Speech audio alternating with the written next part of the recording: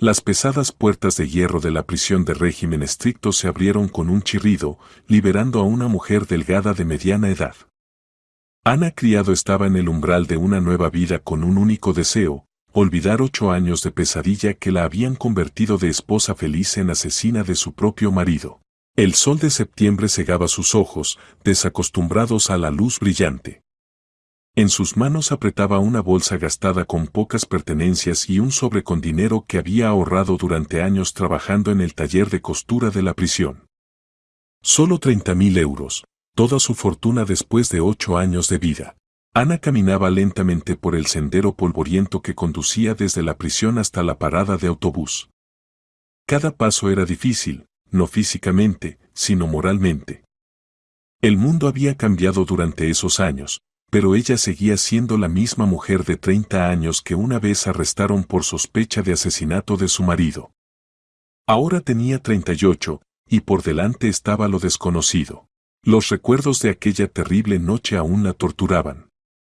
Hace 8 años, ella y Alejandro se pelearon por dinero. Él llegó a casa tarde, oliendo a alcohol y perfumes ajenos. Ana le gritó, exigiendo explicaciones sobre dónde gastaba sus ahorros familiares. Alejandro le respondió bruscamente, comenzó a agitar las manos, y luego, después solo recordaba el dolor en la nuca y la oscuridad. Despertó con el sonido de las sirenas de la ambulancia y la policía. Alejandro yacía en el suelo en un charco de sangre, al lado había un atizador ensangrentado de la chimenea. Los vecinos, al escuchar gritos y ruido, habían llamado a los servicios de emergencia. Usted mató a su marido en estado de alteración, declaró el investigador Diego Rubio al día siguiente.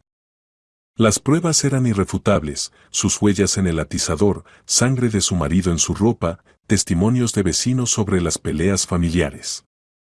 El abogado, un joven inexperto asignado por el Estado, ni siquiera intentó defenderla seriamente. 8 años de prisión de régimen estricto por homicidio en estado de alteración, pronunció la sentencia el juez.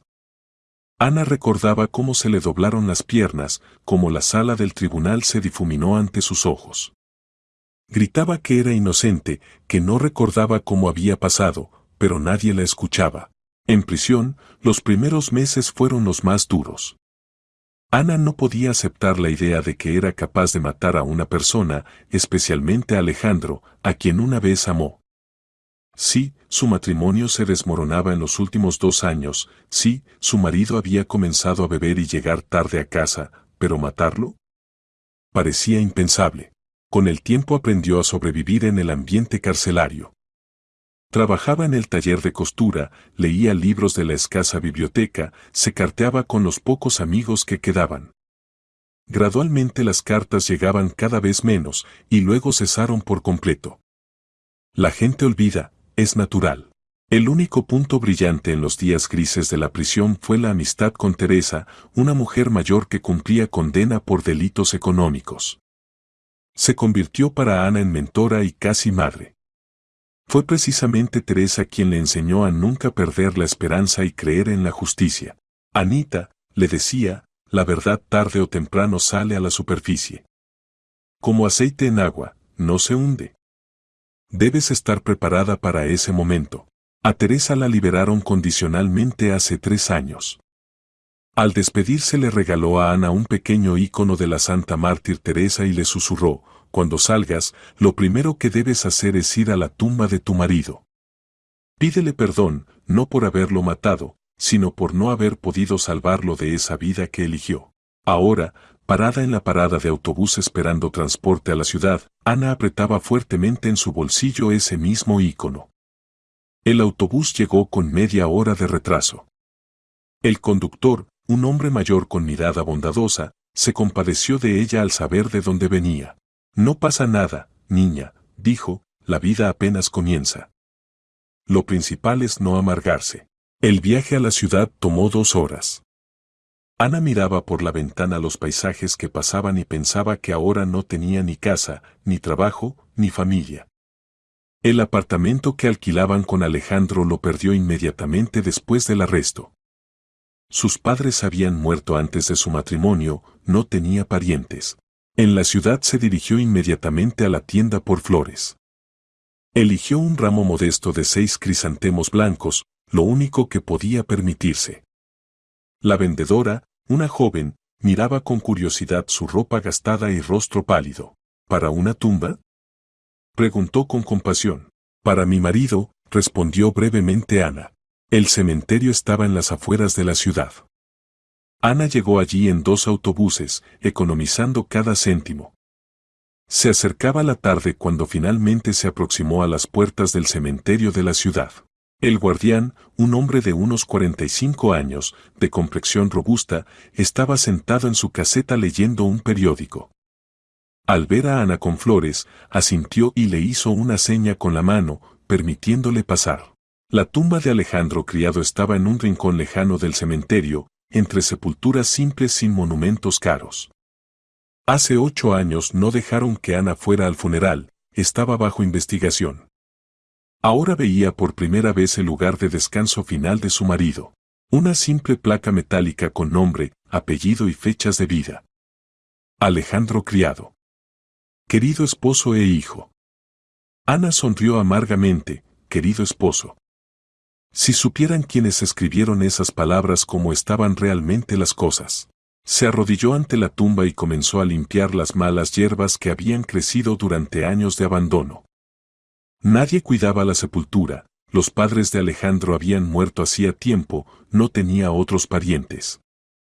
Ana colocó cuidadosamente las flores que trajo y lloró en silencio. Esas lágrimas no eran de dolor por el marido muerto, sino de la comprensión de que 8 años de su vida habían pasado sin dejar rastro. 8 años robados por una sentencia injusta que no se podían devolver.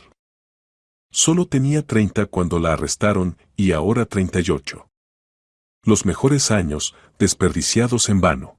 Ana se había concentrado tanto en poner en orden la tumba que no notó que la estaban observando. Solo cuando el sol comenzó a ponerse y en el aire se sintió el frescor vespertino, sintió una mirada fija. Al volverse, vio a una niña pequeña escondida detrás de una lápida vecina. La niña tenía unos 6 años, no más. Cabello rubio trenzado en 2 coletas, grandes ojos grises en los que se leía curiosidad mezclada con miedo. Vestía sencillo pero limpio, un vestido a cuadros y una chaqueta clara. Hola, llamó Ana cariñosamente, limpiándose las manos con toallitas húmedas. ¿Cómo te llamas? La niña salió vacilante de su escondite, pero se mantuvo a una distancia segura.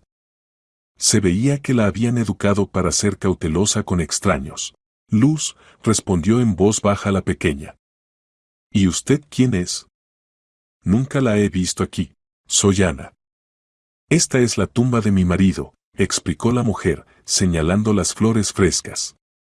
¿Y tú qué haces aquí tan tarde? ¿Dónde están tus padres? Papá trabaja, la niña señaló hacia la caseta en la entrada del cementerio. Vivimos aquí. Mamá murió cuando yo era pequeña. Ana sintió pena. La niña crecía entre tumbas con un padre guardián. ¿Qué infancia podía tener una pequeña así? ¿Y cuántos años tienes, Luz? Cumplí 6 el mes pasado. La niña se relajó un poco al ver la actitud bondadosa hacia ella. Papá dice que pronto iré a la escuela. En la bolsa de Ana había caramelos que había comprado en la tienda, pensando comerlos en el autobús, pero no los había tocado.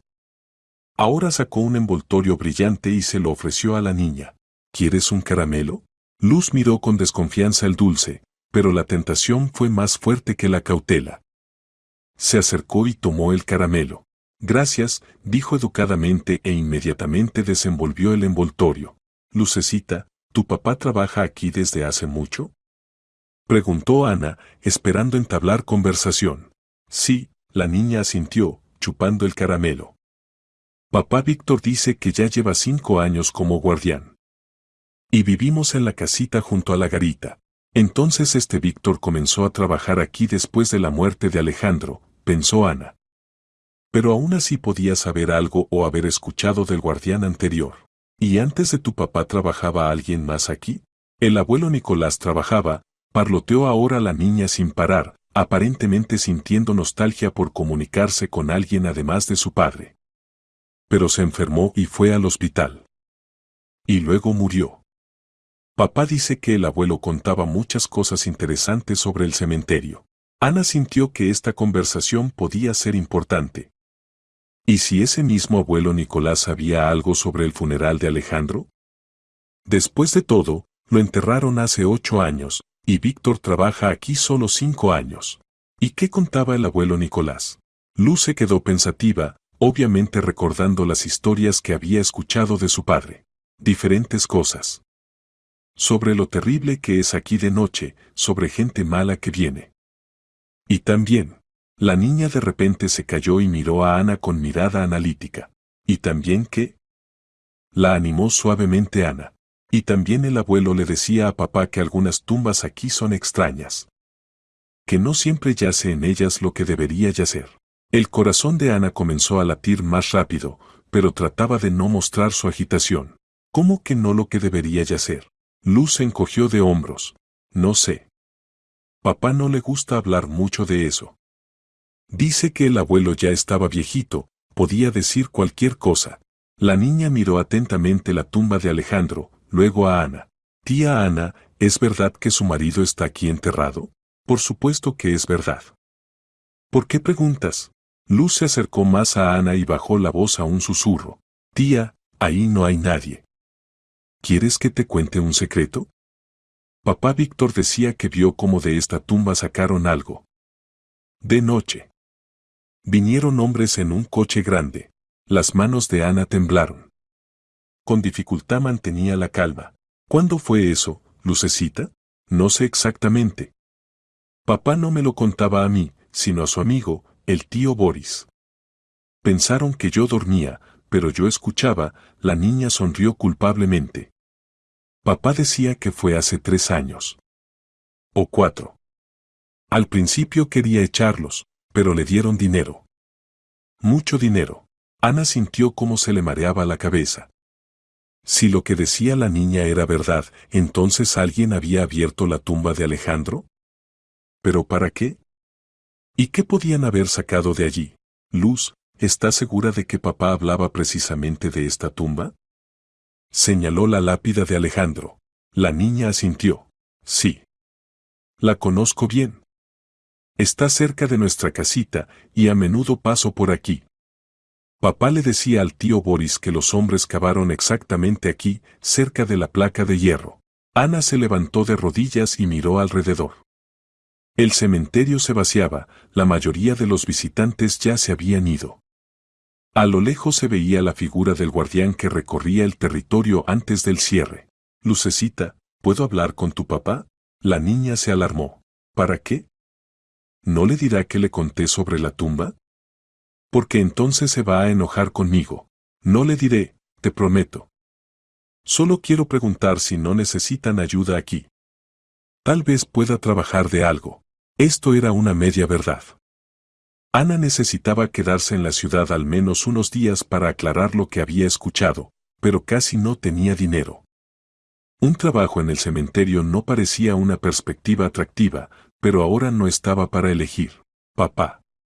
Gritó Luz fuerte, agitando la mano hacia el hombre que se acercaba. Aquí hay una tía que quiere hablar contigo. Víctor se acercó a ellas con paso tranquilo. Un hombre de unos 45 años, de estatura media, con rostro simple y abierto y ojos marrones atentos. Vestía mono de trabajo y botas de goma. Buenas tardes, saludó cortésmente. Me llamo Víctor. ¿Vino a ver a alguien? A mi marido. Ana señaló la tumba. Soy Ana. Recién llegué a la ciudad. Hace poco. Quería preguntar si no necesitan ayuda aquí. Puedo limpiar, regar flores, lo que sea. Víctor la examinó con mirada evaluadora. Se veía que estaba acostumbrado a juzgar a las personas por su apariencia y modales. ¿Ha trabajado en algún lugar antes? He trabajado, respondió evasivamente Ana. Tengo experiencia variada. Luz, vete a casa, le dijo seriamente el padre a su hija. La niña se fue de mala gana hacia la caseta, volviéndose hacia Ana. Usted entiende, Ana, que el trabajo aquí es específico. Viene gente diferente, no todos son normales. Hay que saber tanto calmar a alguien como poner en su lugar si es necesario. Entiendo, asintió Ana. No le temo a las dificultades. ¿Y dónde va a vivir? ¿Tiene apartamento? Esta pregunta Ana la esperaba y había preparado una respuesta de antemano. Por ahora alquilo un cuarto con conocidos. Pero si el trabajo es permanente, alquilaré algo separado. Víctor permaneció en silencio, reflexionando sobre la propuesta. Está bien. Venga mañana por la mañana. Probaremos una semana. Le pagaré poco, pero el trabajo no es complicado. Lo principal es responsabilidad y honestidad. Muchas gracias. Se alegró sinceramente Ana. ¿A qué hora debo venir? A las 8 de la mañana. El cementerio abre a las 9, pero antes hay que revisar todo, limpiar la basura si la hay. Cuando Ana se iba del cementerio, en su cabeza se confundían los pensamientos. La historia de la pequeña Luz podía ser fantasía infantil, pero algo le decía que la niña hablaba en serio. Los niños de su edad rara vez inventan tales detalles. Si realmente abrieron la tumba de Alejandro, ¿para qué? ¿Qué podían buscar allí? Y lo más importante, ¿quiénes eran esas personas que vinieron de noche con dinero para el guardián? Ana caminaba por las calles oscuras de la ciudad hacia la parada de autobús y por primera vez en 8 años sintió que tenía un objetivo. Tal vez finalmente podría conocer la verdad sobre esa terrible noche que destruyó su vida. A la mañana siguiente Ana estaba en el cementerio exactamente a las 8. Pasó la noche en un hotel barato cerca de la estación de autobuses, el único lugar que podía permitirse, ya que el futuro era incierto, necesitaba economizar. El cuarto era diminuto y no muy limpio, pero tenía un techo sobre su cabeza y tiempo para pensar. Víctor ya la esperaba en la entrada, tomando té de un termo. Al ver a Ana, asintió y le entregó un balde. Empezaremos por los senderos centrales, explicó. Hay que recoger las hojas caídas, barrer las baldosas. Luego revisaremos los cestos de basura. Ayer hubo muchos visitantes, seguramente hay bastante basura. El trabajo resultó no ser tan pesado. Ana estaba acostumbrada al trabajo físico en prisión, así que se las arreglaba rápido y con calidad. Víctor la observaba con aprobación. Se ve que las manos son trabajadoras, notó durante el descanso. ¿Dónde trabajaba antes, si no es secreto? Ana había previsto esta pregunta y había preparado una respuesta verosímil. En diferentes lugares. Los últimos años en una fábrica textil. Se cerró recientemente, tuve que buscar un nuevo lugar. Entiendo. Ahora en todas partes hay problemas con el trabajo. Después del almuerzo, cuando disminuyó la afluencia de visitantes, Ana decidió tocar cautelosamente el tema que le interesaba. Víctor, ¿trabaja aquí desde hace mucho? Ya va el 5.º año. Antes de mí trabajaba el abuelo Nicolás, que descanse en paz. Era buen hombre, me enseñó mucho. ¿Y el qué, murió? Sí, hace 2 años. Edad, enfermedades. No llegó a los 80 por muy poco. Víctor suspiró. Me contaba diferentes historias sobre el cementerio. Era interesante escuchar. ¿Qué historias? Víctor miró atentamente a Ana, como evaluando si podía confiarle tal información. De todo tipo. Sobre visitantes inusuales, sobre casos extraños. Decía que en 30 años de trabajo había visto de todo.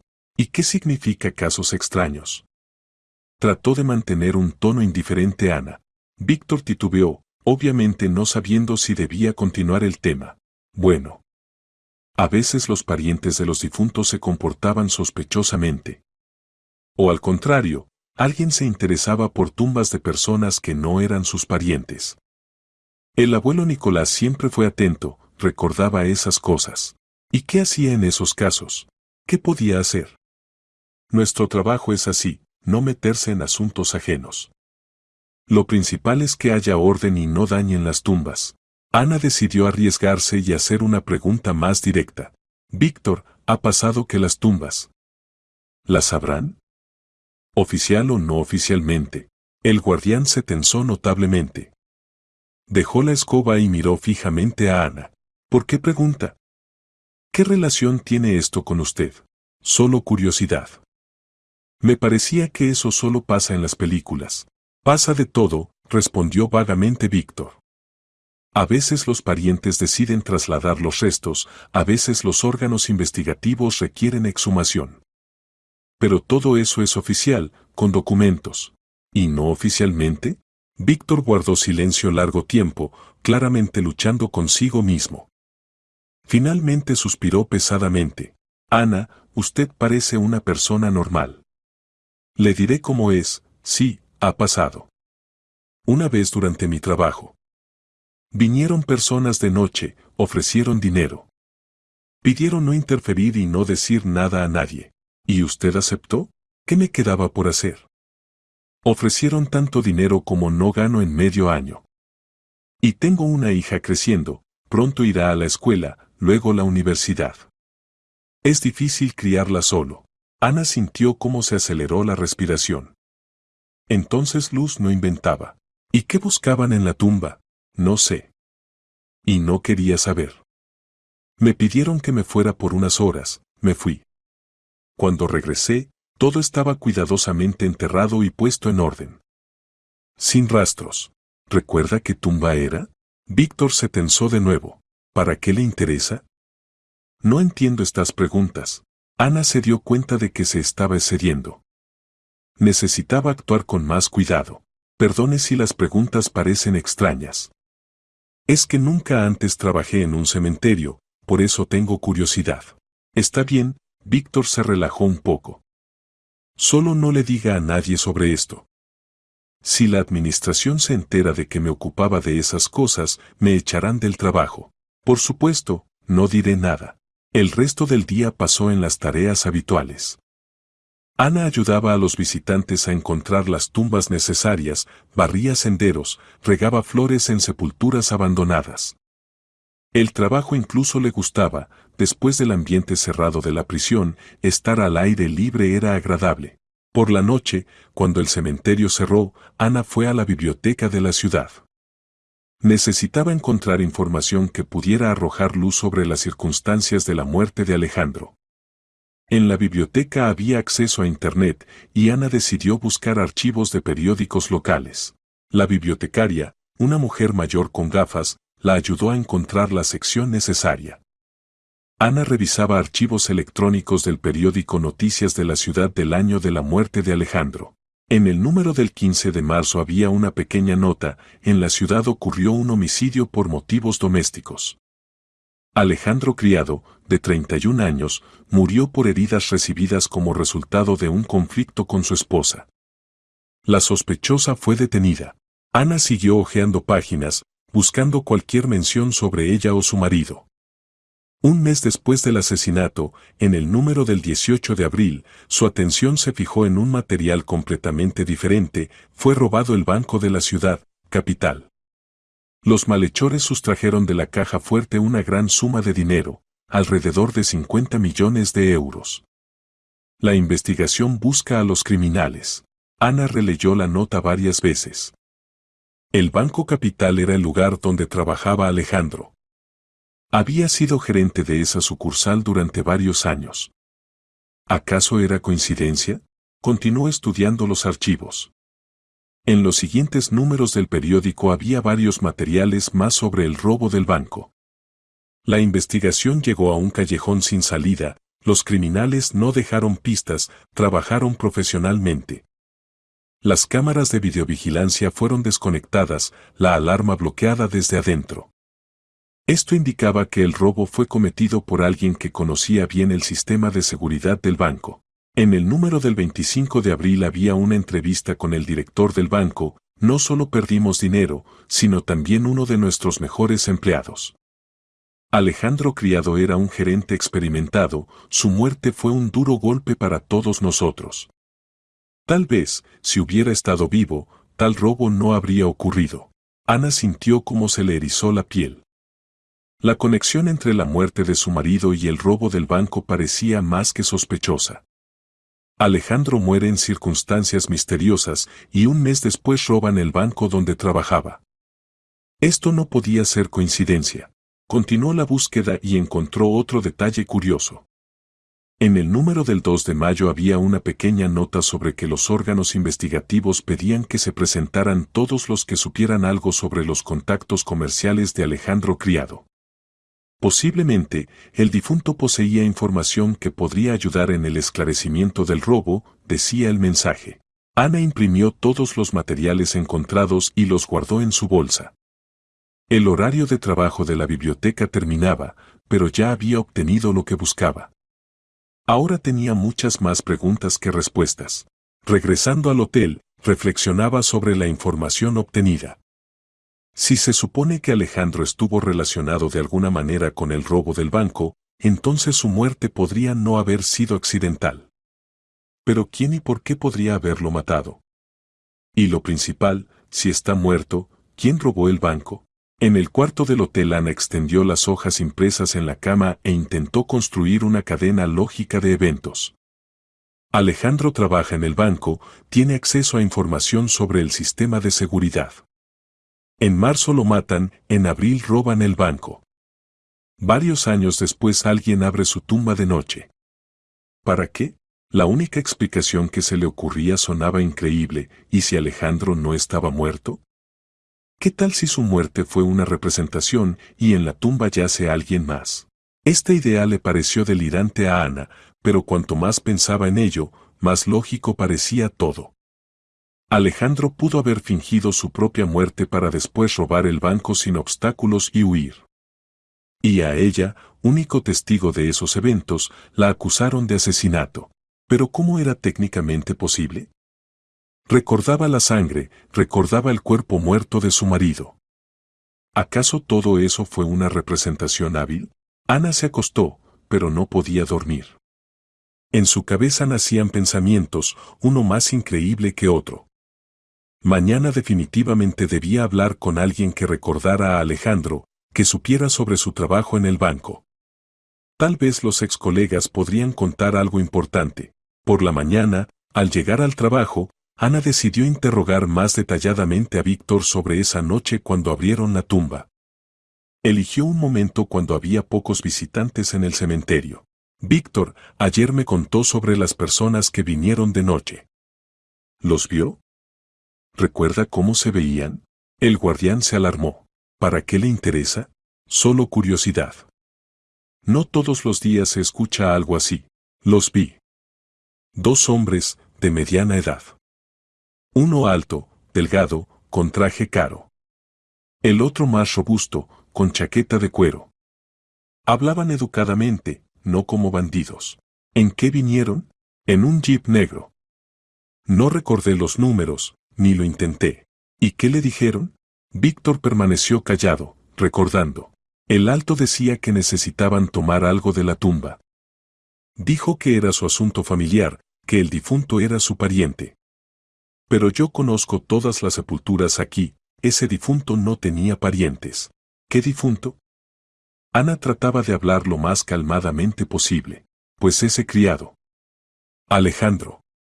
Recuerdo el apellido porque es poco común. Era un hombre joven, qué pena. El corazón de Ana comenzó a latir tan fuerte que temía que Víctor lo escuchara. Entonces sus sospechas se confirmaron, realmente abrieron la tumba de Alejandro. ¿Y qué podían buscar allí? No sé. Tal vez algunos objetos de valor fueron enterrados con el difunto. Sucede eso, ponen en el ataúd oro, dinero. Y luego los parientes se arrepienten y deciden recuperarlo. Pero usted dijo que no tenía parientes. No tenía. Por eso todo era extraño. Pero ofrecieron tanto dinero que decidí no meterme en asuntos ajenos. Ana asintió, fingiendo que el tema ya no le interesaba. Pero por dentro todo hervía. Ahora estaba casi segura de que se había convertido en víctima de una maquinación monstruosa. Después del trabajo se dirigió a la casa donde vivía con Alejandro. Alquilaban el apartamento en la calle Parque, en un edificio de 5 pisos. Ana recordaba la dirección de memoria.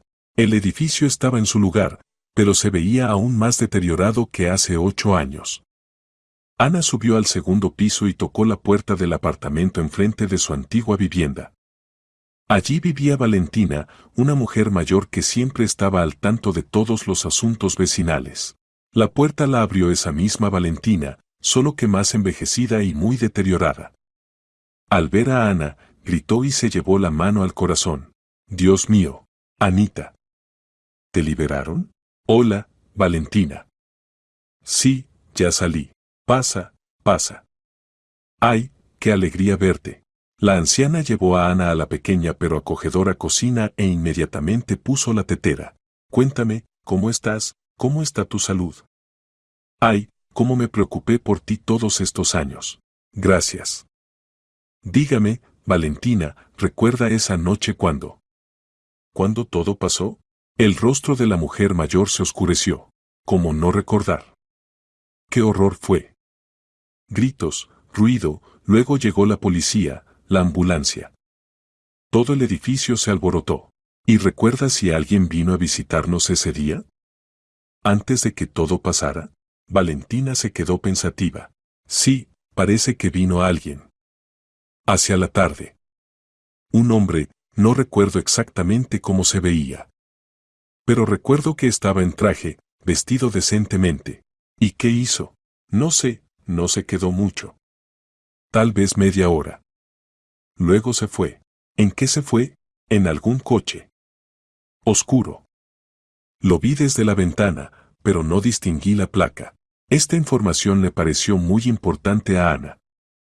Entonces, el día del asesinato alguien los visitó.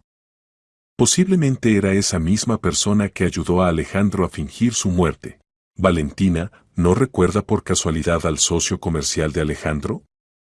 A veces venía a visitarnos. Máximo Terán. Ay, sí. Máximo. Lo recuerdo. Un hombre desagradable, siempre andaba serio. No me gustaba. ¿Y después de que me arrestaran, volvió por aquí? No, no lo vi más. ¿Y a quién iba a venir? El apartamento estaba vacío. El dueño luego encontró otros inquilinos. Despidiéndose de Valentina, Ana se dirigió al centro de la ciudad. Necesitaba encontrar información sobre Máximo Terán y averiguar dónde se encontraba ahora. En el archivo de la ciudad Ana logró encontrar alguna información sobre Máximo Terán. Según los documentos, era empresario, se dedicaba al comercio de bienes raíces y tenía varias empresas. Después de la muerte de Alejandro cerró todos sus negocios y se fue de la ciudad. La dirección de su antigua oficina Ana la encontró en una vieja guía telefónica. El edificio estaba en el centro empresarial de la ciudad, en el tercer piso de un complejo de oficinas. Ana decidió ir allí, esperando encontrar a alguien que recordara a Terán. El edificio de oficinas se veía bastante decente. En el tercer piso, en el local donde antes se ubicaba la empresa de Terán, ahora trabajaba una agencia publicitaria. Ana entró y se dirigió a la secretaria. Buenos días. ¿Sabe por casualidad a dónde se mudó la empresa de Máximo Terán? Antes estaba aquí. ¿Ah, Terán y Socios? Preguntó la joven. Se cerraron hace mucho, 3 o 4 años. ¿Para qué la necesita? Tengo una pequeña deuda pendiente. Me gustaría saldarla. Pruebe preguntar en la oficina vecina. Ahí hay una firma contable, llevan mucho tiempo aquí. Tal vez sepan algo. En la oficina vecina Ana fue atendida por la contadora principal Olga, una mujer de unos 50 años, con ojos grises atentos y peinado hermoso. A Terán no recuerdo, por supuesto, dijo cuando Ana repitió su petición. Era una persona desagradable. Y su empresa era sospechosa. ¿En qué sentido sospechosa? Olga miró alrededor, asegurándose de que nadie las escuchara, y bajó la voz. Los movimientos de dinero eran extraños. A veces de repente mucho dinero, a veces completamente vacío. Y los clientes sospechosos. A veces los encontraba en el pasillo, tal tipo de gente que es mejor mirar hacia otro lado. ¿Y no sabe por casualidad dónde está ahora, Terán? Se fue a algún lado. Decían que al extranjero. E hizo bien, en mi opinión. ¿Por qué hizo bien? Olga miró alrededor otra vez. Después de ese robo del banco hubo tal historia. La policía revisó a todos los empresarios que tenían negocios con ese banco. Y a Terán también lo citaron. Y un mes después desapareció. ¿Trabajaba con el banco, Capital? Sí. Tenían ahí un crédito grande. Y además hacían algunas operaciones a través de ese banco. No sé exactamente, pero escuché de pasada. Ana sintió como el rompecabezas comenzaba a armarse. Terán trabajaba con el mismo banco donde trabajaba Alejandro. Al banco lo robaron un mes después de la muerte de Alejandro. Y Terán desapareció inmediatamente después de que la policía comenzó las verificaciones. Olga, ¿no recuerda por casualidad quién más trabajaba en la empresa de Terán? Tal vez quedaron algunos contactos. Ahí trabajaba una chica, contadora. Simpática, joven. ¿Cómo se llamaba? Elena, me parece. No recuerdo el apellido. ¿Y dónde se la puede encontrar? No tengo idea. Después del cierre de la empresa todos se dispersaron. Ana agradeció a la mujer y salió de la oficina. Había poca información, pero ya era algo. La conexión entre Terán y el banco se confirmó. Ahora necesitaba encontrar a esa contadora, tal vez sabía más detalles. Los siguientes 2 días Ana los pasó buscando. Recorría diferentes organizaciones donde podía trabajar una joven Elena con educación contable. La tarea no era fácil, en la ciudad había muchas empresas, y no en todas le permitían revisar las listas de empleados. Finalmente, en una de las empresas auditoras, la secretaria dijo: Elena Vázquez. Trabaja con nosotros. ¿Por qué asunto? Soy su pariente lejana, me gustaría encontrarme con ella. Ahora no está en una auditoría en una empresa. Pero mañana estará. Venga después del almuerzo. Al día siguiente Ana vino a la hora señalada. Elena Vázquez resultó ser una joven atractiva de unos 28 años, con largo cabello oscuro y grandes ojos marrones. Cuando Ana se presentó y explicó que buscaba información sobre Máximo Terán, el rostro de la joven cambió. ¿Y usted quién es?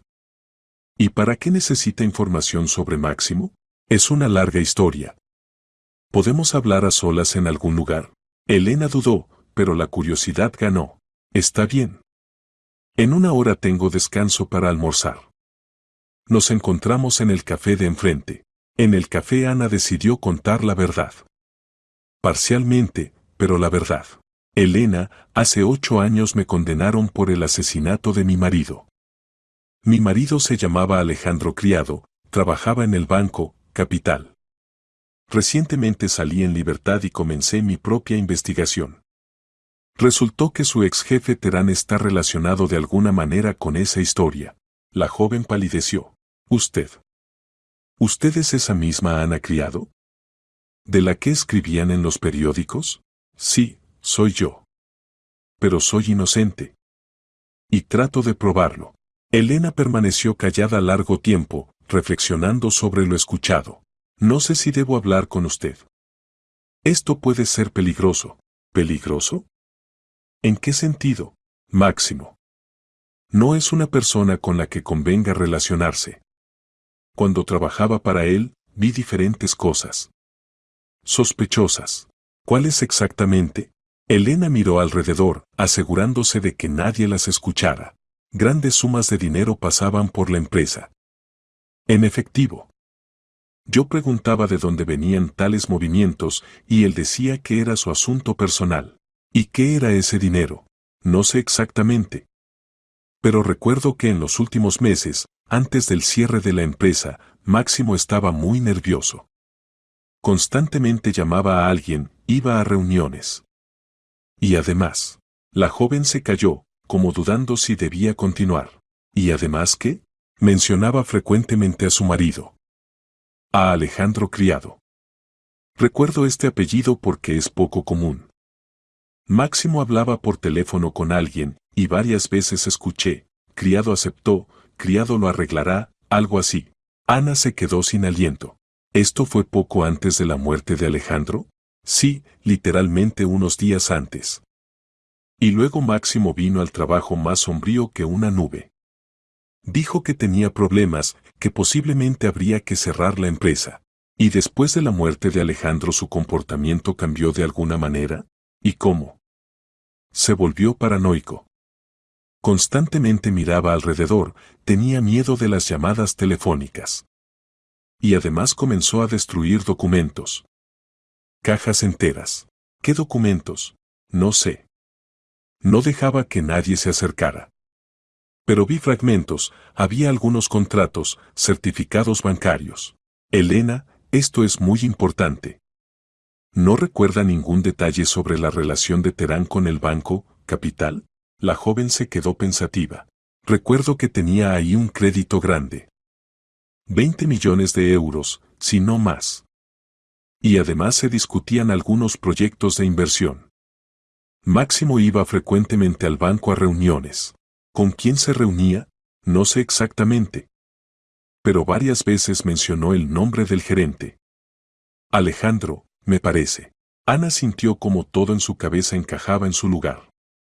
Alejandro y Terán definitivamente trabajaron juntos en algo.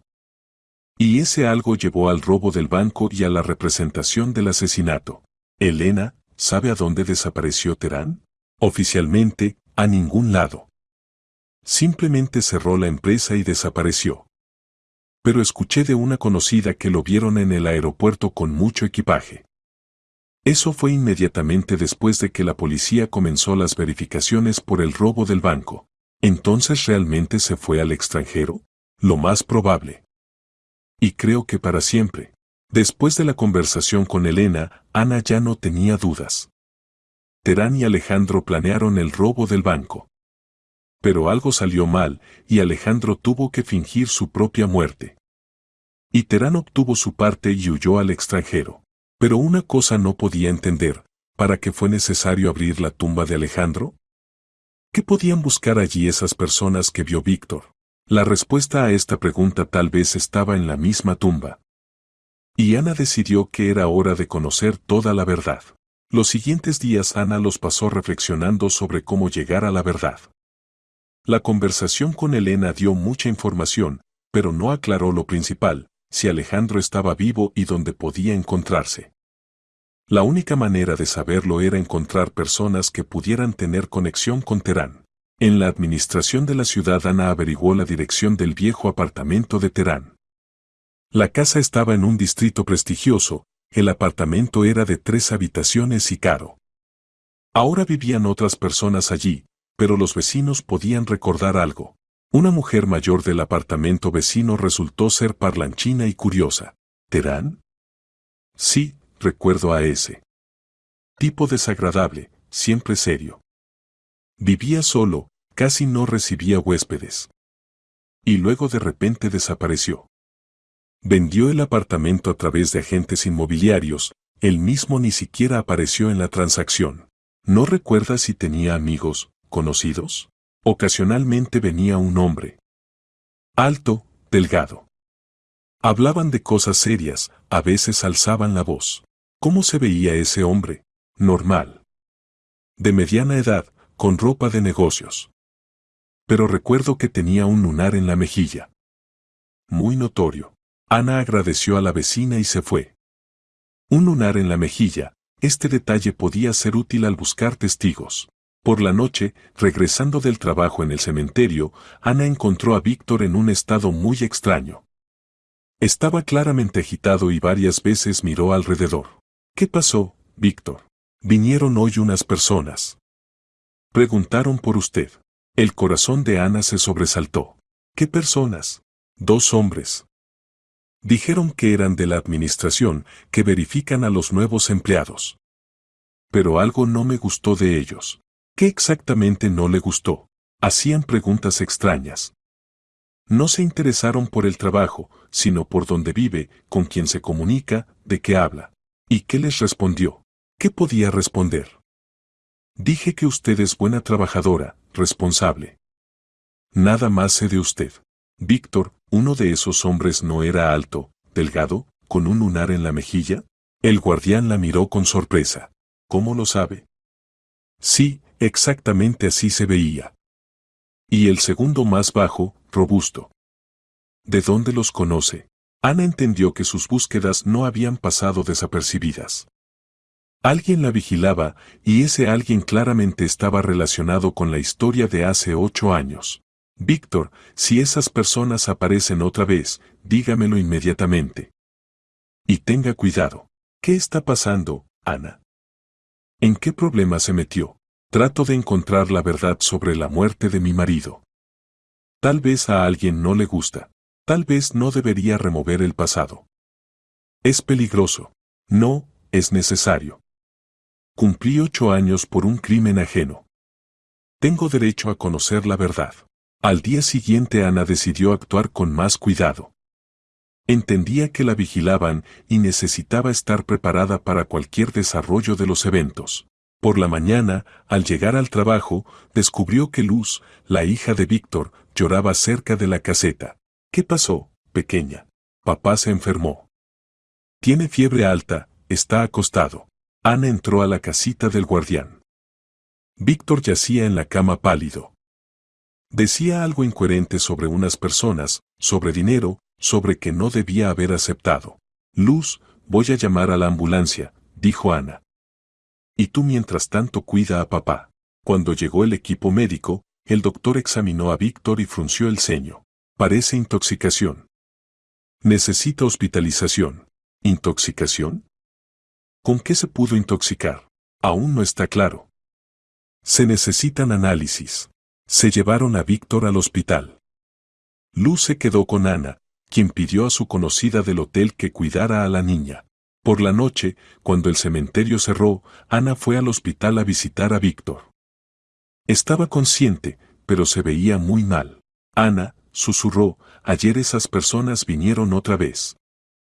Después de que usted se fue. Me ofrecieron tomar té, dijeron que estaban cansados del viaje. Y esta mañana me sentí mal. ¿Lo envenenaron? Parece que sí. Y además, amenazaron. Dijeron que si sigo contando a alguien sobre esa noche cuando abrieron la tumba, Luz va a sufrir. Ana sintió como un escalofrío le recorrió la espalda. Esas personas no se detendrían ante nada. Víctor, hay que acudir a la policía. No. Dijo bruscamente. No se puede. Tengo una hija. No puedo ponerla en peligro. Entonces, ¿qué hacer? Váyase de la ciudad. Mientras no sea tarde. Esas personas son peligrosas. Pero Ana no podía irse. Estaba demasiado cerca de la solución como para rendirse ahora. Además, si se iba, ¿quién protegería a Víctor y Luz? A la mañana siguiente, trabajando sola en el cementerio, Ana notó un jeep negro que pasó lentamente por el camino a lo largo de la cerca. El coche se detuvo en la entrada, y de él salieron 2 hombres, exactamente los que había descrito Víctor. Ana rápidamente se escondió detrás de una gran lápida y comenzó a observar. Los hombres fueron directamente a la tumba de Alejandro. El alto con el lunar en la mejilla sacó el teléfono y llamó a alguien. Ella trabaja aquí, decía. Viene todos los días. El guardián está en el hospital, podemos actuar. El segundo hombre miraba alrededor. ¿Y dónde está ahora? Debe estar aquí. Sus cosas están cerca de la caseta. Ana entendió que había caído en una trampa. Solo había 2 salidas del cementerio, la entrada principal, donde estaban esas personas, y las puertas de servicio del otro lado, pero estaban cerradas y las llaves las tenía Víctor. Se movió silenciosamente de monumento en monumento, tratando de llegar a la salida de servicio. Tal vez lograría trepar la cerca, pero cuando se acercó a la parte lejana del cementerio, vio que junto a las puertas de servicio estaba una tercera persona, ese mismo hombre robusto con chaqueta de cuero que había descrito Víctor. Ana estaba atrapada. 3 hombres, claramente no amistosos, y no había a dónde huir. En su bolsillo tenía un teléfono, pero llamar a la policía significaba poner en peligro a Luz. De repente escuchó una voz. Ana. ¿Dónde está? Era Elena Vázquez, la contadora con quien había hablado recientemente. La joven entró al cementerio por la entrada principal y ahora buscaba a Ana. Elena. Susurró Ana desde detrás del monumento. Silencio. Hay personas peligrosas aquí. La joven se acercó y Ana rápidamente le explicó la situación. Dios mío. Se asustó Elena. ¿Qué hacer? ¿Tiene coche? Sí, está en el estacionamiento. Escuche atentamente. Ahora va a ir a la entrada principal, les va a decir a esos hombres que busca la administración del cementerio. Los va a distraer por un par de minutos. Y yo voy a tratar de salir por la cerca. ¿Y si sospechan algo? Usted no los conoce. Diga que necesita un certificado para impuestos sobre el entierro de un pariente. Elena asintió y se dirigió a la entrada. Ana vio cómo habló con los hombres, mostrando algunos documentos de su bolsa. Aprovechando el momento, Ana corrió rápidamente hacia la cerca en el rincón más lejano del cementerio. Aquí la valla era más baja y sin alambre de púas encima. Trepó por la cerca, rasguñándose las manos y rasgando la ropa, pero logró salir a la calle. Después de unos minutos se le acercó Elena jadeando. Les dije que buscaba la administración y me respondieron que la administración está en la ciudad. Parece que creyeron. Muchísimas gracias. Me salvó la vida. Rápidamente llegaron al coche de Elena y se fueron. Solo cuando la ciudad quedó atrás, Ana se sintió relativamente segura. Elena, ¿por qué vino al cementerio? ¿Cómo supo dónde encontrarme? La joven sonrió avergonzada. Después de nuestra conversación no pude calmarme. Usted misma dijo que consiguió trabajo en el cementerio. Seguí pensando en lo que conté sobre Máximo y su marido. Y decidí que sabía algo más importante. Y decidí contárselo. ¿Qué exactamente? ¿Recuerda que dije que Máximo destruía documentos? Bueno, no los destruyó todos. Tengo en casa copias de algunos papeles. Los hacía para la contabilidad, y luego olvidé entregarlos. El corazón de Ana se sobresaltó. ¿Qué documentos? Contratos con el banco, Capital. Y otra cosa interesante, correspondencia de Máximo con una persona llamada Alejo Romano. Ana se quedó inmóvil. Elena, esto es muy importante. ¿Dónde están esos documentos? En casa, en el armario. Ni siquiera los leí bien, simplemente los puse en una carpeta. Fueron a casa de Elena. La joven vivía en un apartamento de un ambiente en un barrio residencial. Sacó del armario una carpeta gruesa con documentos. Aquí, mire. Hay de todo, contratos, certificados, cartas. Ana comenzó a revisar los papeles. La mayoría eran documentos comerciales estándar, pero de repente su atención se fijó en una hoja. Era una carta de Alejo Romano a Máximo Terán, fechada en marzo del año cuando murió Alejandro. Máximo, todo va según el plan. Mañana será el accidente, después del cual podré actuar libremente. En un mes, cuando todo se calme, realizaremos la operación en el banco. Tu tarea es asegurar la coartada y los canales para sacar el dinero. Después de eso nos encontramos en el lugar acordado y dividimos las ganancias. No olvides nuestro acuerdo sobre la tumba, en unos años será necesario sacar de allí documentos importantes. Bajo la carta había una firma, A. Romano. Ana releyó la carta varias veces. Ahí estaba, prueba escrita de que Alejandro fingió su propia muerte. Y ahora sabía que buscaban exactamente en su tumba algunos documentos importantes. Elena, ¿entiendes lo que esto significa? No, ¿qué? Esto significa que mi marido está vivo. Fingió su propia muerte para robar el banco y huir. Y a mí me acusaron del asesinato de una persona que ni siquiera murió. La joven exclamó, ¿pero cómo es posible? Hubo pericia, identificación del cuerpo. Aparentemente, todo fue arreglado. En la tumba yace alguien más, y Alejandro se esconde bajo el nombre de Alejo Romano. ¿Y qué hacer ahora? Hay que encontrar a Alejo Romano. Y probar que es mi marido vivo. Ana entendía que para probar su inocencia necesitaba pruebas más serias que una carta de origen dudoso. Era necesario averiguar quién exactamente estaba enterrado en la tumba bajo el nombre de Alejandro Criado. En el hospital de la ciudad trabajaba su ex compañera de estudios de la escuela de medicina, Catalina Negrete. Ana recordaba que Catalina trabajaba en el departamento patológico anatómico. Tal vez podría ayudar con información sobre la autopsia del cuerpo de Alejandro. Encontrarse con Catalina en el hospital era arriesgado, allí podía haber gente de Terán. Ana pidió a Elena que averiguara la dirección de casa de Catalina y acordara una reunión en casa. Después de un día Elena informó que la reunión estaba programada para la noche. Catalina vivía en una casa particular en las afueras de la ciudad con su marido y 2 hijos. Al ver a Ana, Catalina no pudo ocultar su sorpresa. Ana. Dios mío, te liberaron. ¿Cómo estás? ¿Cómo está tu salud? Normal, Catalina. Pero necesito tu ayuda. Se trata de mi caso. Pasa, me contarás tomando té. En la acogedora cocina, cuando los niños se acostaron y el marido se fue al garaje, Ana le contó a Catalina sobre sus sospechas. ¿En serio piensas que Alejandro fingió su muerte? Preguntó incrédula Catalina. Más que en serio. Y tengo pruebas escritas.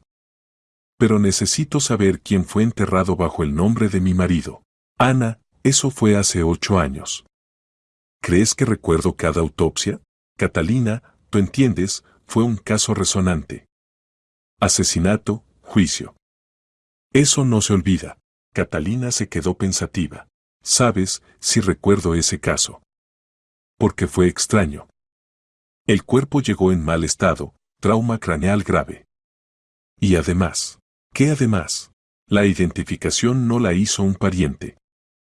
Vino un hombre, dijo que era socio comercial del difunto. Su apellido era. ¿Cómo era? Terán. Sí, Terán. ¿Y por qué no identificaron los parientes?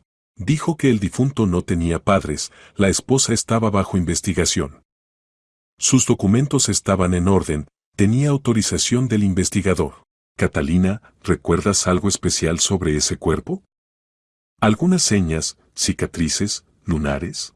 Catalina recordaba con esfuerzo. Sí, había un detalle. El difunto tenía un tatuaje en el pecho. Pequeño, pero notable. Un ancla con la inscripción, Lobo de Mar. Ana sintió frío en el pecho. Catalina, ¿estás segura? Por supuesto que estoy segura. Todos los tatuajes los anoto en el protocolo, es una seña importante. Mi marido nunca tuvo tatuajes. Los odiaba. Catalina miró confundida a su amiga. ¿Pero cómo? Si no es tu marido, ¿entonces quién? Eso es lo que necesito averiguar. Catalina, ¿se conservan los documentos de la autopsia? Deben estar en el archivo. Pero no se puede entrar así nomás, se necesita autorización oficial. ¿Y no oficialmente? Catalina titubeó. Ana, es muy arriesgado. Si se enteran de que mostré documentos de archivo a extraños. Por favor. Pasé 8 años en prisión por un crimen ajeno. Ayúdame a encontrar la verdad. ¿Está bien? Mañana tengo turno nocturno.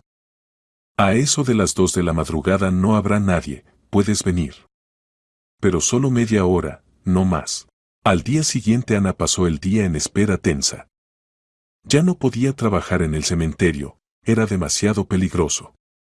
En su lugar, con Elena estudiaba los documentos encontrados, tratando de encontrar más pistas.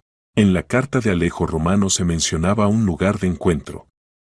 ¿Dónde podía ser? ¿Y qué documento se escondió en la tumba? A las 2 de la madrugada Ana se acercó a la entrada de servicio del hospital. Catalina la esperaba en el pasillo del departamento patológico anatómico. Rápido, mientras el guardia esté en la otra ala, susurró.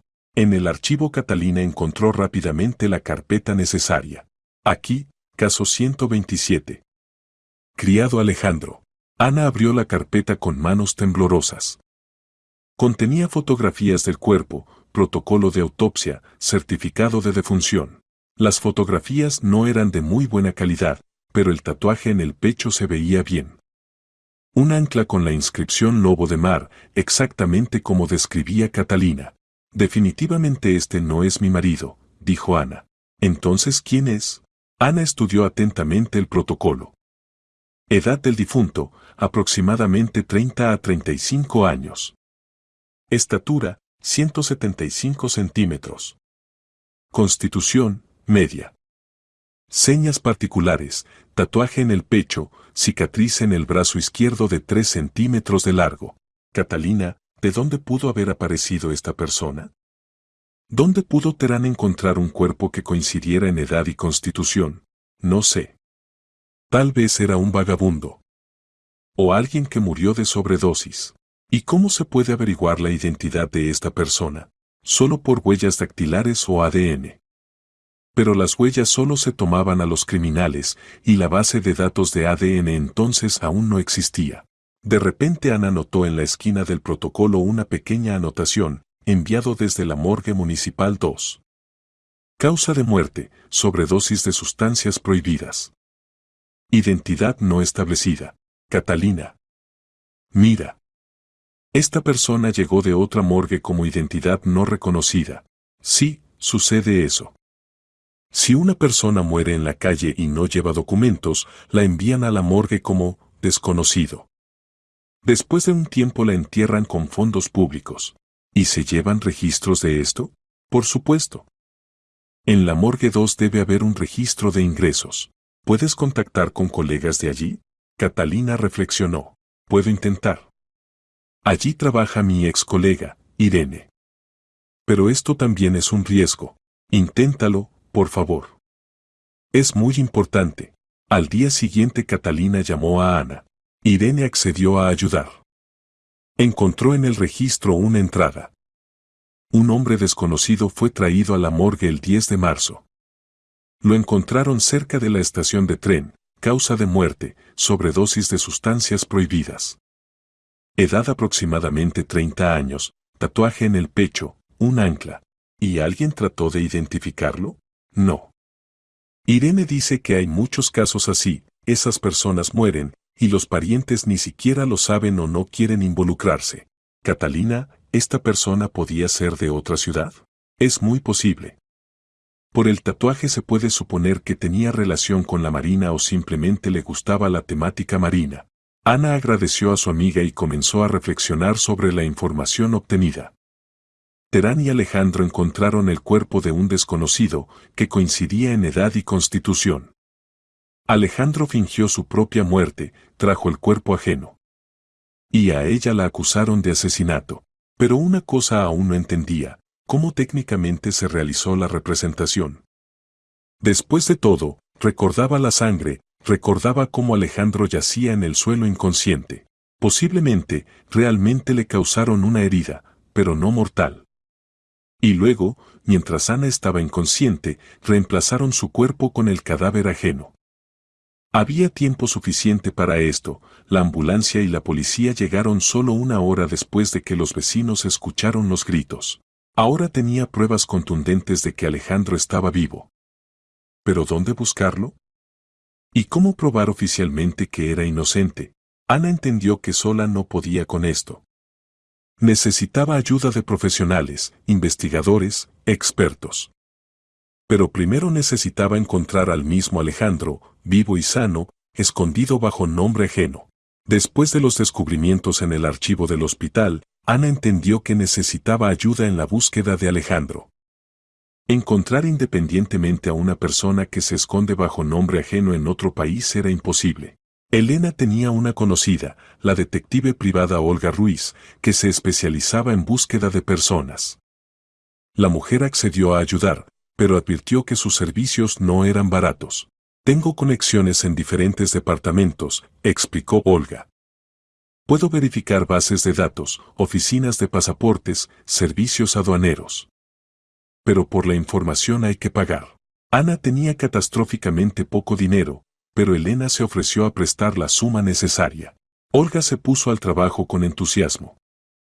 En 3 días llamó con los primeros resultados.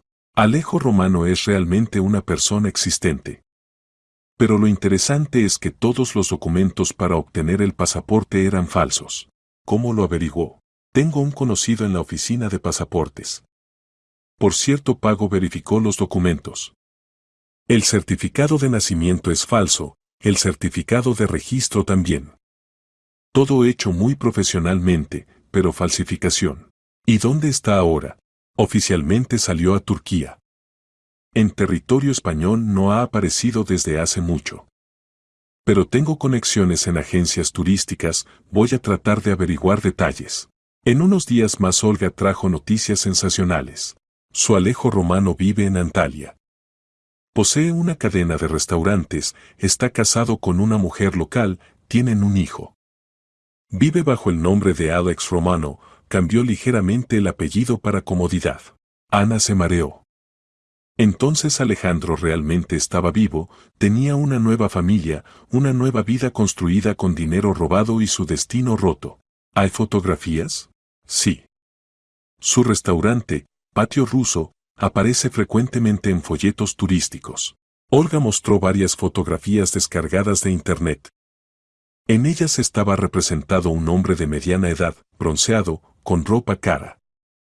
El rostro había cambiado, aparecieron bigotes, otro peinado, pero Ana lo reconoció inmediatamente. Era Alejandro, su marido difunto. ¿Qué hacer ahora?, preguntó Elena. Hay que obligarlo a regresar a España, dijo Ana decisivamente. Y confesar lo que hizo. ¿Pero cómo? No es tonto, no va a regresar voluntariamente.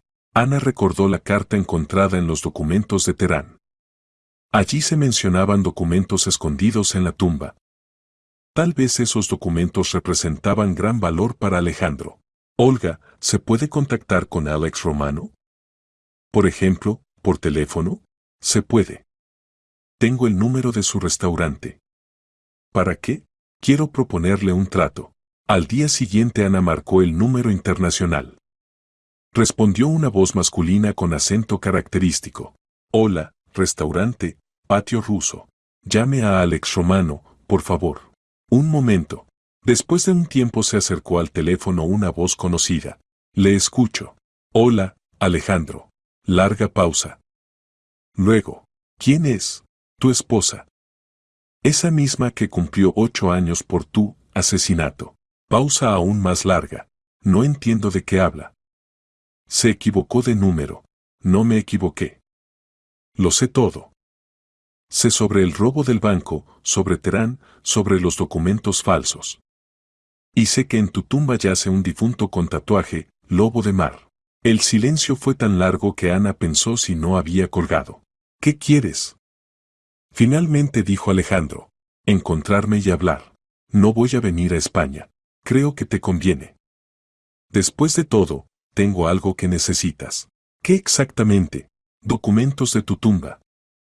Esos mismos que pediste a Terán que sacara en unos años. Otra pausa. ¿Cómo sabes sobre los documentos? Tengo tu correspondencia con Máximo. Toda la correspondencia. ¿Qué propones? Ven a Madrid. Nos encontramos en lugar público. Tú obtienes tus documentos, y yo una confesión escrita de que fingiste tu muerte. ¿Estás loca? No voy a confesar nada. Entonces tus documentos van a parar a manos de Interpol. Y a la policía turca. Creo que les va a interesar saber quién es realmente Alex Romano y de dónde tiene dinero para el negocio restaurantero. Larga pausa. Ana escuchaba cómo Alejandro respiraba pesadamente. ¿Qué garantías de que no me vas a tender una trampa? No soy Terán. Solo necesito justicia. Tú confiesas la representación de muerte, me justifican y cada uno vive después su vida. ¿Y si no vengo? Entonces voy a entregar todos los documentos a la Fiscalía e Interpol. Tarde o temprano te van a encontrar. Alejandro callaba, reflexionando sobre la propuesta. ¿Dónde es el encuentro? Finalmente preguntó. En Madrid, en un café en centro comercial. Lugar concurrido. Mañana a las 2 de la tarde. Mañana no puedo. Pasado mañana. Está bien. Te espero. Ana le dio la dirección y colgó. Las manos temblaban de tensión. Entendía que se arriesgaba enormemente, Alejandro podía traer consigo gente de Terán o en general no venir. ¿Está segura de que es la decisión correcta? Preguntó Elena. Puede ser peligroso. No hay otra salida. Si no viene, realmente voy a entregar todo a la Fiscalía. Y si viene, voy a tratar de convencerlo de hacer la elección correcta.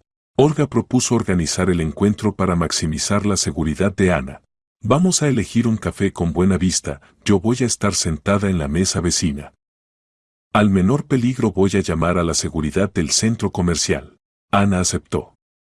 No tenía experiencia en tales asuntos y la ayuda de un profesional sería útil. Un día antes del encuentro fue al cementerio por última vez como trabajadora. Víctor ya había salido del hospital y regresado al trabajo. Se veía mal, pero se mantenía. Ana, gracias por cuidar de Luz. ¿Y qué con esas personas? ¿No aparecieron más? Creo que ya no van a aparecer. Tengo información sobre ellos que los va a detener. ¿Y usted ya no va a salir al trabajo? No, Víctor. Necesito terminar un asunto. Un asunto muy importante. Se despidió de él y de la pequeña Luz, quien le regaló un dibujo, una mujer con ramo de flores junto a un monumento. Es usted, tía Ana, explicó la niña. Usted es buena. Ana apenas contuvo las lágrimas. Esas personas se habían vuelto queridas para ella en poco tiempo. Y mañana se decidiría si podría recuperar su vida robada o todo seguiría igual.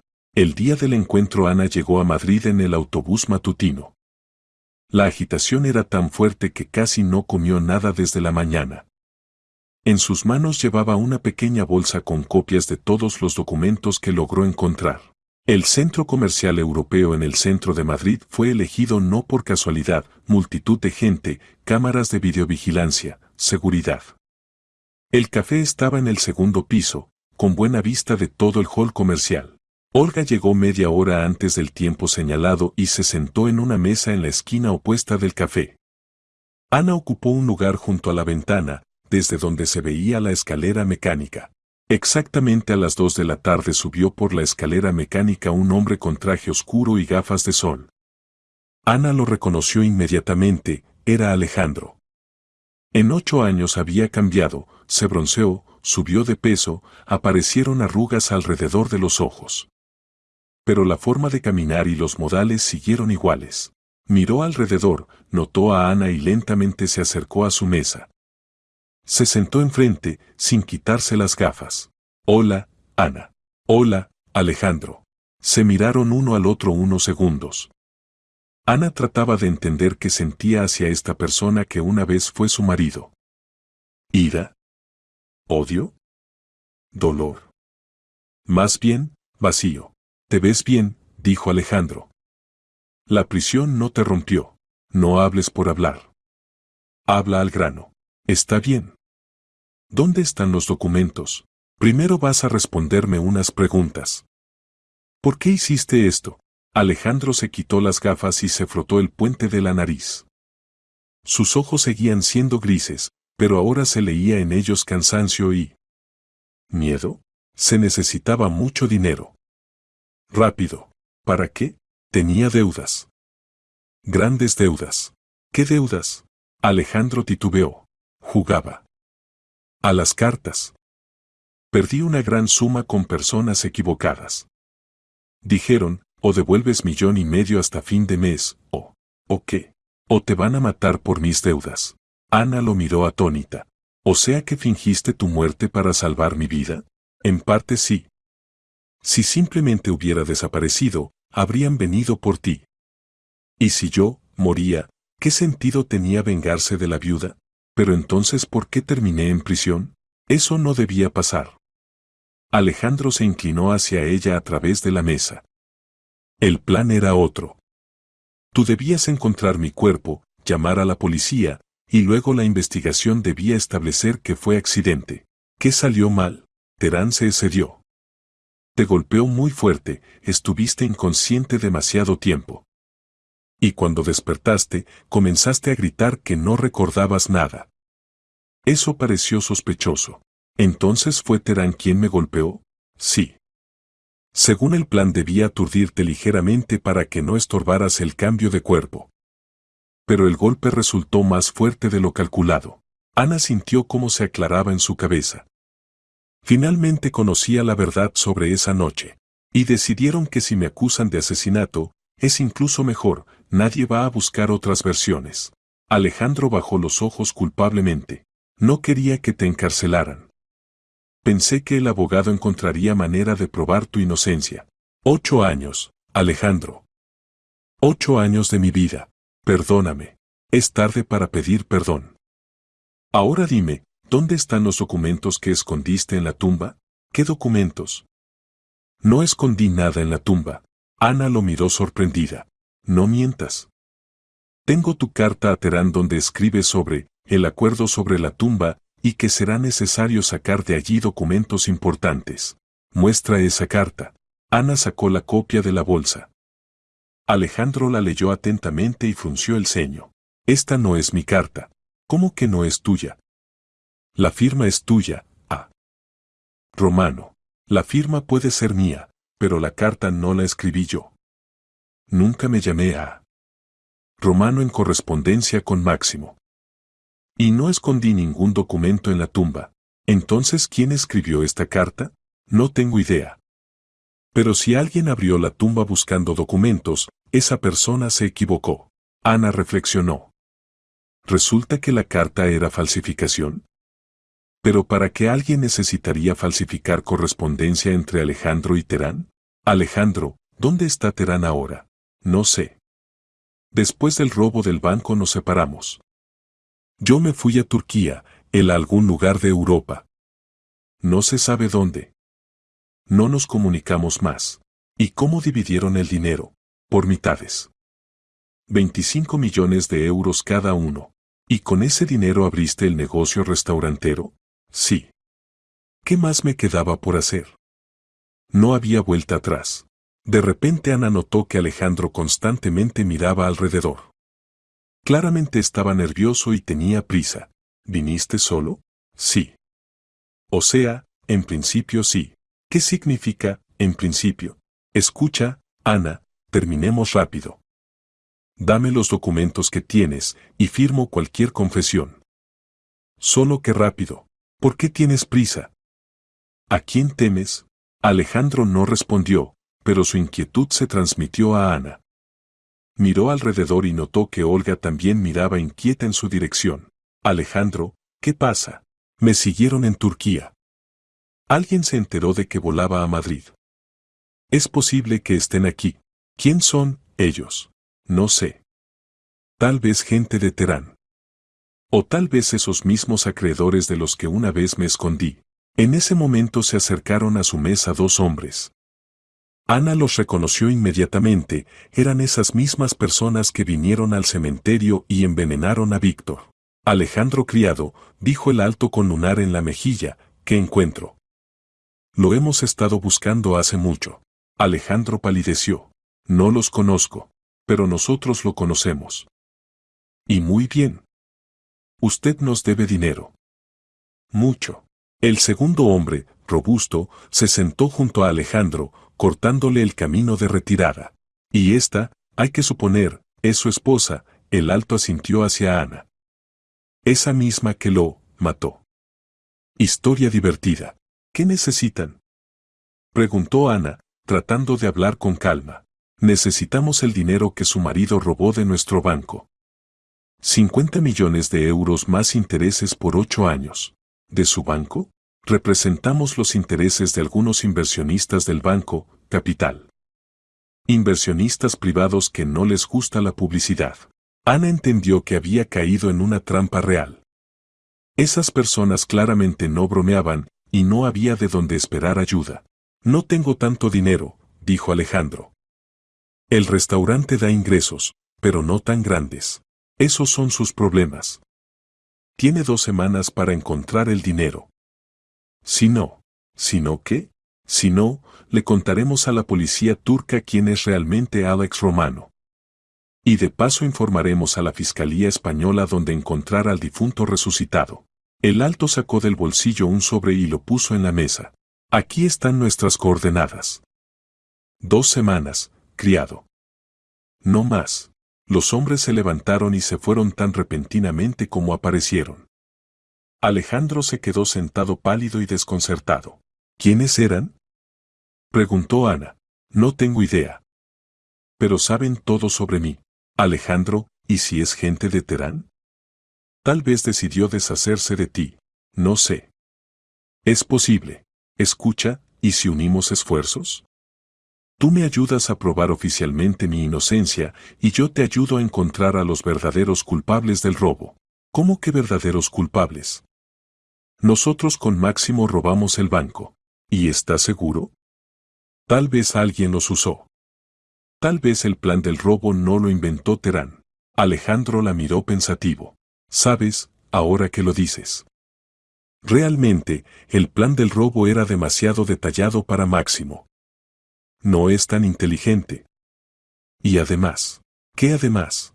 Cuando dividimos el dinero, él resultó tener más información sobre sistemas bancarios de la que yo esperaba. Como si alguien le hubiera explicado todo detalladamente. ¿Entonces tenían otro cómplice? Posiblemente.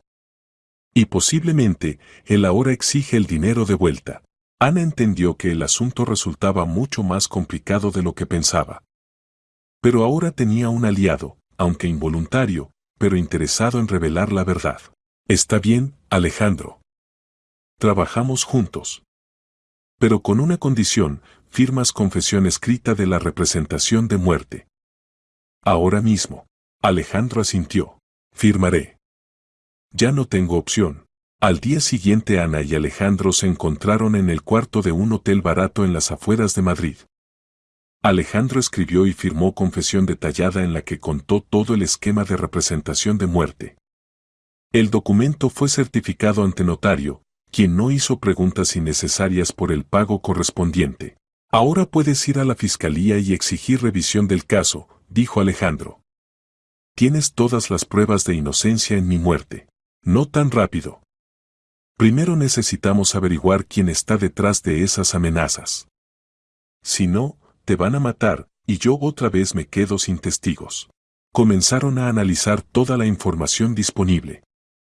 Olga, la detective privada, accedió a ayudarlos por pago adicional. A juzgar por el comportamiento de esas personas, son profesionales, dijo. Así trabajan para estructuras grandes que tienen acceso a bases de datos, conexiones en diferentes departamentos. ¿Y si son empleados del mismo banco? Supuso Ana. Tal vez alguien de la dirección organizó el robo, usando a Alejandro y Terán como ejecutores. Posiblemente.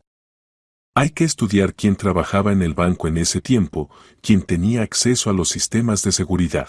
La detective Olga pasó varios días recopilando información. Los resultados fueron interesantes. El director del banco, Capital, Genaro Fierro, fue despedido medio año después del robo. Causa oficial: desacuerdos con accionistas. No oficial: sospechas de participación en robos. ¿Y dónde está ahora? Aquí está lo interesante. Se mudó a Chipre, abrió allí empresa consultora. Vive muy rico, aunque no puede tener tales ingresos oficiales. ¿Y qué con la contadora principal del banco? También renunció. Soledad Casas. Ahora trabaja en empresa auditora privada, pero su nivel de vida también es sospechosamente alto. ¿Resulta que la mitad de la dirección del banco después del robo se enriqueció bruscamente? Exactamente. Y ahora escuchen lo más interesante. Encontré información de que Fierro y Casas se reunieron varias veces con Terán incluso antes del robo. Hay testigos. Ana y Alejandro se miraron. Entonces estuvieron en complot desde el principio, dijo Alejandro. Nos usaron a nosotros con Máximo como ejecutores y ellos se mantuvieron al margen. Y luego decidieron deshacerse de testigos y tomar todo el dinero para sí, agregó Ana. ¿Pero cómo probarlo? Olga sonrió. Y tal vez no haya que probarlo. Si mis suposiciones son correctas, Terán está vivo y se esconde en algún lugar de Europa. Hay que encontrarlo y hacerlo hablar. La búsqueda de Terán tomó otra semana. Finalmente Olga informó. Máximo Terán está en Montenegro. Vive bajo el nombre de Marco Terán, formalmente lleva pequeño negocio inmobiliario. Pero las sumas en sus cuentas no corresponden a los ingresos declarados. ¿Se puede contactar con él? Se puede. Tengo el número de su teléfono. Ana decidió llamar a Terán ella misma. No respondió inmediatamente y en su voz se oía cautela. Escucho. Máximo, soy Ana Criado. Larga pausa. ¿Ana? Pero tú. Tú estás en prisión. Salí. Y sé toda la verdad sobre esa noche. Sé que Alejandro está vivo, sé sobre el robo del banco. ¿Qué quieres? Encontrarme y hablar. Tenemos enemigos comunes. ¿Qué enemigos? Los que los obligaron a robar el banco. Fierro y Casas. Otra pausa. ¿De dónde sabes esos nombres? Adiviné. Máximo, están usando contra Alejandro a las mismas personas que envenenaron al guardián en el cementerio. Creo que también te persiguen. A mí nadie me persigue. Todavía no. Pero tan pronto como Alejandro les pague el dinero o se niegue a pagar, tú serás el siguiente. Sabes demasiado. Terán callaba, reflexionando sobre lo escuchado. ¿Qué propones? Unirnos. Contar la verdad y entregar a los verdaderos organizadores del robo. No puedo regresar a España. Me van a arrestar. Y si no regresas, te van a matar. Elige. Necesito tiempo para pensar. No hay tiempo. A Alejandro le dieron 2 semanas para buscar dinero. Ya pasó la mitad del plazo. Está bien. Nos encontramos en lugar neutral. En Belgrado. Pasado mañana por la noche. Ana aceptó. No tenía pasaporte internacional, pero Olga prometió resolver este problema en un día. En 2 días los tres, Ana, Alejandro y Olga, estaban sentados en restaurante de hotel belgradense esperando a Terán. Apareció con 1 hora de retraso, se veía nervioso y constantemente miraba alrededor. Máximo, lo saludó Ana. Gracias por venir. No sé si hago bien, dijo sentándose a la mesa. Si se enteran de que me reuní con ustedes. ¿Quiénes son ellos? ¿Fierro y Casas? Sí. Tienen gente en todas partes. Saben todo lo que pasa. Máximo, cuenta todo desde el principio, pidió Alejandro. ¿Quién realmente organizó el robo? Terán cayó largo tiempo, luchando consigo mismo. Finalmente habló. Fue su idea desde el principio. Fierro se me acercó a principios de 2016. Dijo que el banco estaba en situación difícil, que los accionistas exigían resultados y no había nada que mostrar. ¿Y qué propuso? Representar un robo. Sacar dinero de cuentas que oficialmente figuraban como robadas, pero en realidad dividirlas entre los participantes de la operación. ¿Y dónde entra Alejandro? Fierro dijo que se necesitaba un gerente que ayudara desde adentro. Alejandro servía, tenía deudas, se le podía chantajear. ¿Qué deudas? Tomaba créditos en otros bancos bajo garantía de certificados falsos de ingresos. Si eso hubiera salido a luz, lo habrían encarcelado por estafa. Ana miró a Alejandro. Este bajó los ojos culpablemente. ¿Y para qué fue necesario representar tu muerte? Preguntó ella a su marido. Esa también fue idea de Fierro, respondió Terán. Dijo que después del robo habría investigación, verificaciones. Si Alejandro seguía vivo, podrían comenzar a sospechar de él. Y si moría, poco antes del robo, sería más bien víctima que sospechoso. ¿Pero por qué me acusaron a mí? Eso no lo planearon. Según el plan, la muerte de Alejandro debía parecer accidente. Pero cuando te arrestaron, Fierro dijo que era incluso mejor, menos preguntas habría. Ana sintió cómo se levantaba ira dentro de ella. Esas personas no solo robaron millones, sino que tranquilamente observaron cómo una mujer inocente iba a prisión. ¿Y qué pasó después del robo? Dividimos el dinero como acordamos. Pero medio año después Fierro exigió más. Dijo que había que pagar extra por el silencio. Me negué, entonces me amenazó con entregarme a las autoridades. ¿Y qué hiciste? Me fui a Montenegro. Pensé que allí sería más tranquilo. Pero me encontraron también allí. Exigen que entregue todo lo que tengo. Máximo, dijo Olga, ¿tienes documentos que confirmen la conexión de Fierro y Casas con el robo? Los hay. Los guardaba como seguro. Grabaciones de conversaciones telefónicas, correspondencia por correo electrónico, documentos bancarios. Entonces tenemos oportunidad, dijo Ana decisivamente. Reunimos todas las pruebas y vamos a la fiscalía. Simultáneamente en España y Montenegro. ¿Y si nos encuentran antes? No nos van a encontrar. Tengo conexiones en órganos de seguridad, aseguró Olga. Podemos organizar protección de testigos. Terán aceptó. No tenía opción, o entregar a los organizadores del crimen, o esconderse toda la vida restante de su venganza. En una semana Ana estaba sentada en el despacho del investigador de la Fiscalía madrileña dando testimonio. Junto a ella estaba el abogado proporcionado por el Estado, esta vez una persona experimentada y de principios. Ana, dijo el investigador estudiando los documentos, los materiales que proporcionó son más que convincentes. Su caso será revisado en el menor tiempo posible. ¿Y qué con los verdaderos criminales? Fierro y Casas ya están declarados en búsqueda internacional. Sus activos fueron arrestados. Creo que pronto los van a extraditar a España. ¿Y Alejandro y Terán? Accedieron a cooperar con la investigación. Considerando que se presentaron voluntariamente y ayudaron a revelar crimen más grande, el castigo será suavizado. En un mes el tribunal reconoció oficialmente a Ana como inocente del asesinato de su marido. El caso fue cerrado por ausencia de elementos del crimen. Además, el tribunal reconoció su derecho a compensación por condena injusta. La suma de compensación fue de 8 millones de euros, 1 millón por cada año de encarcelamiento ilegal. Para Ana era dinero enorme, pero no podía devolver los años robados de vida. Fierro y Casas fueron arrestados en Chipre y extraditados a España. La investigación estableció que no solo organizaron el robo del Banco Capital, sino que también estaban implicados en varios robos grandes más. Los condenaron a largos periodos de privación de libertad. Alejandro recibió 3 años condicionales por participación en estafa. Terán se libró con 2 años de colonia de régimen general. Las personas que amenazaron a Alejandro y envenenaron a Víctor resultaron ser mercenarios de Fierro. Después del arresto de su empleador desaparecieron y ya no aparecieron. Víctor se recuperó completamente y continuó trabajando como guardián en el cementerio.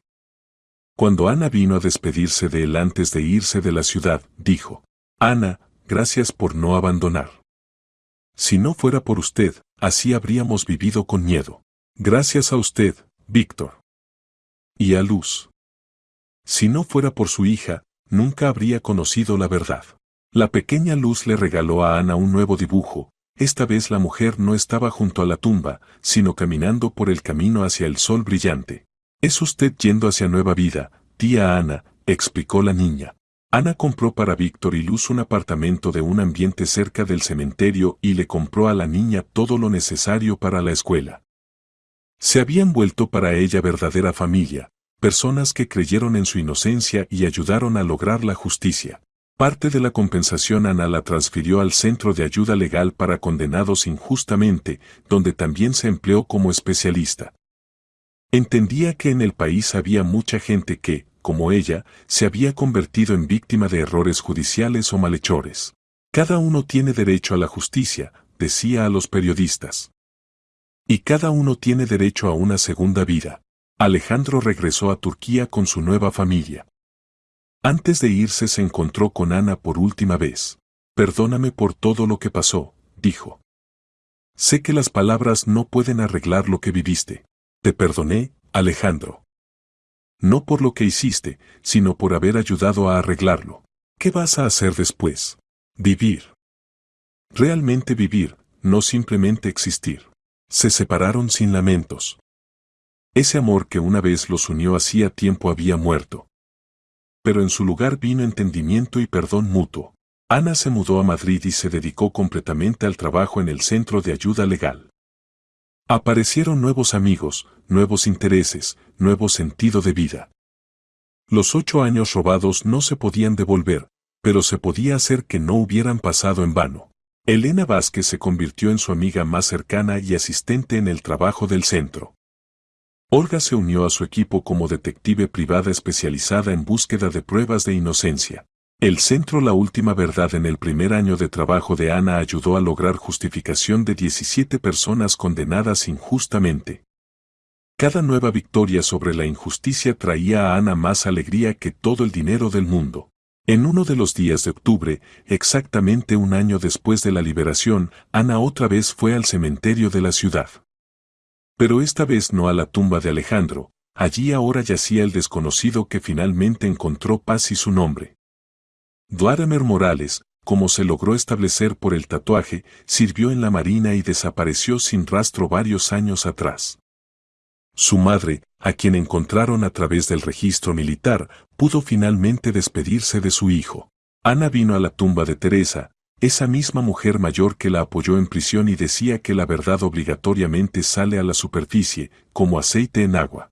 Gracias, Teresa, dijo en voz baja, poniendo flores en el monumento modesto. Tenías razón. La verdad realmente salió a la superficie. Junto a la tumba estaba un hombre de mediana edad con traje estricto. Al ver a Ana, se acercó a ella. Disculpe, ¿no es usted Ana Criado? Sí, soy yo. ¿Y usted quién es? Andrés Rubio.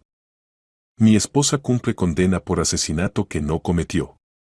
Escuché sobre su centro y me gustaría pedir ayuda. Ana miró atentamente al hombre. En sus ojos vio el mismo dolor y desesperación que una vez la atormentaron a ella. Cuénteme sobre el caso de su esposa. Es una larga historia. Tengo tiempo, sonrió Ana.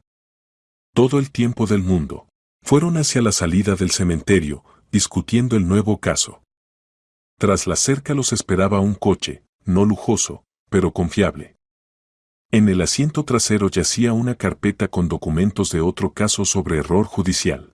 Ana se sentó al volante y miró en el espejo retrovisor al cementerio que se alejaba. Hace 8 años había salido de este lugar como mujer rota, acusada de asesinato. Hoy se iba de aquí como persona que encontró su vocación y estaba dispuesta a ayudar a otros en la búsqueda de justicia. El coche arrancó, dirigiéndose hacia nueva vida, nuevos casos y victorias sobre la injusticia. Y en el bolsillo de Ana aún yacía el pequeño ícono de la Santa Mártir Teresa, recordatorio de que la verdad tarde o temprano triunfa, por muy profundo que traten de enterrarla.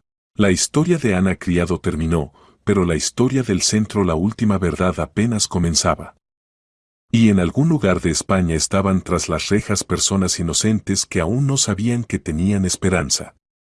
Esperanza de que la verdad salga a la superficie, como aceite en agua. Porque la justicia no es lujo, sino necesidad. Y cada persona tiene derecho a ella, independientemente de las circunstancias.